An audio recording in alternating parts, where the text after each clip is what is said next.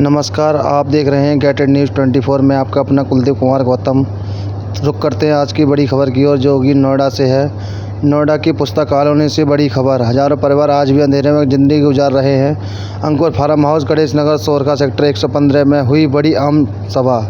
यहाँ सीटू जिलाध्यक्ष गंगेश्वर दत्त शर्मा ने साफ कह दिया, बिजली नहीं मिली तो होगा ज़बरदस्त आंदोलन। सभा में किसान परिषद, महिला समिति और कई संगठनों के नेता भी पहुँचे। लोगों का फूल मालाओं से स्वागत हुआ, लेकिन मंच से उठी आवाज़ थी बेहद कड़वी। आरोप, नोएडा जैसा हाईटेक शहर और यहाँ लाखों लोग अंधेरे में। नेताओं ने सरकार, प्रशासन और प्राधिकरण को आड़े हाथों लिया और अब ऐलान साफ है, या तो मिले बिजली या फिर होगा ऐतिहासिक आंदोलन।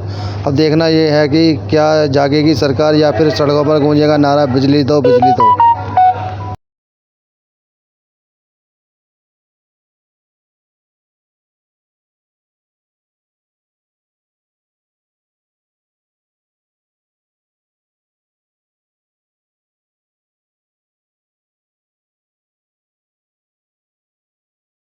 ठेकेदार हैं, जो पहरेदार हैं, जिनकी अगुवाई में हम आगे बढ़ सकते हैं। निश्चित तौर पर मैं अध्यक्ष सहित सभी को प्रणाम करता हूं। देखो, ऐसा है, हमेशा मेरा मानना एक ही रहा है। आज की सभा के अध्यक्ष साथी लाइव हुसैन, राष्ट्रीय शहरी ग्रामीण समिति के हमारे नेता राजेश दुबे जी, गोविंद जी, गोपी जी, राम जी यादव, किरण जी, जतन जी, और हमारे बीच में किसान परिषद के राष्ट्रीय अध्यक्ष बड़े भाई सुफी खलीफा जी, उदल आर्य जी, किसान सभा के जिलाध्यक्ष डॉक्टर रूपेश वर्मा, जनवादी महिला समिति की जिलाध्यक्ष रेखा चौहान, और इस सभा में विभिन्न कॉलोनी से आए हुए हमारे सभी साथी भाइयों और बहनों और साथियों। बिजली और जन सुविधाएं देना सरकार की प्राथमिकताएं हैं। बिजली हर नागरिक का मौलिक अधिकार है। संविधान में बहुत स्पष्ट व्यवस्था बिजली के संबंध में की गई है। अभी राजेश दुबे जी वैध और अवैध की जो बात कर रहे थे, हमारे वोट लेकर के विधायक बन सकते हैं, हमारे वोटों से सांसद बन सकते हैं और हमारे वोटों से सरकार बन सकती है। वो सरकार जो हमारे वोटों से बनी है, वो सरकार हमको अवैध बताए, ये कैसे हो सकता है?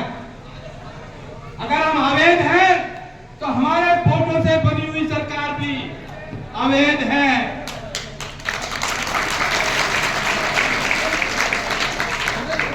बिजली हर नागरिक की जरूरत है और सरकार की प्राथमिक जिम्मेदारी है कि अपनी उस जिम्मेदारी को पूरा करे, हर नागरिक को बिजली दे। बिजली के लिए हमने तो रजिस्ट्रियां कराई हैं, सरकार को राजस्व दिया है, तब अपने मकान बनाए हैं।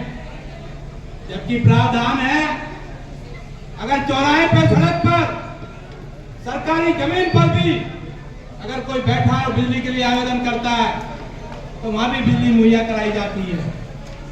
प्रीपेड की जो मीटर की जो स्कीम है, लड़ाइयों के बाद सरकार के साथ ये सहमति बनी कि खोखा पट्टी लगा करके जो बैठे हैं उनको भी कनेक्शन दिए जाएंगे। झुग्गी डाल करके जो नागरिक रह रहे हैं उनको भी प्रीपेड मीटर लगा करके जो कनेक्शन दिए जाएंगे और दिए गए हैं। फुटपाथ पर कनेक्शन दिए गए हैं, झुग्गी बस्तियों में दिए गए हैं और हमने सरकार को राजस्व दिया है, बाकायदा रजिस्ट्री कराई है, दाखिल खारिज कराया, तो हमें आप बिजली क्यों नहीं दोगे? ये गंभीर सवाल है। और जहां सरकार कहती है डूब क्षेत्र में आप फंस गए, उसके लिए सरकार जिम्मेदार है। चाहे कोई सी भी सरकार रही हो, कोई भी औद्योगिक शहर बनता है, उस औद्योगिक शहर को बनाते समय वहां काम करने वाले मजदूरों के लिए, कामगारों के लिए श्रमिक कॉलोनियों का साथ साथ निर्माण होता है। लेकिन नोएडा एक ऐसा शहर है जहां औद्योगिक नगर बसाने की सरकार ने प्लानिंग की, लेकिन उस प्लानिंग में उन उद्योगों में काम करने वाले कामगार मजदूर वो आखिर रहेंगे कहां, ये कोई व्यवस्था नहीं की गई। नोएडा प्राधिकरण ने वहां से जो कि ये पब्लिक भी आई थी, एक आ रही है ना सामने फ्रेम पे ऐसे ऐसे नहीं यार, ऐसे आना उसकी एक जो अलग अमल चीज नहीं है, है। ऐसे आना एक उसको ध्यान में रख करके पीछे से फोटो कोई आवाज से स्कीम आज तक लॉन्च नहीं की। अगर सरकार ने कामगारों के लिए सस्ते आवास बना करके दिए होते तो हमें इस पुस्ता पार आकर बसने की जरूरत नहीं पड़ती।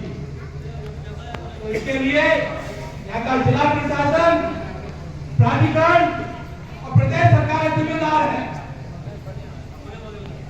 और जब लोग बस जाते हैं, कोई कॉलोनी बन जाती है, लोग वहां रहने लगते हैं, उन लोगों को नागरिक सुविधाएं देना सरकार की प्राथमिकता है और सरकार अपनी जिम्मेदारी से नहीं पा सकती है।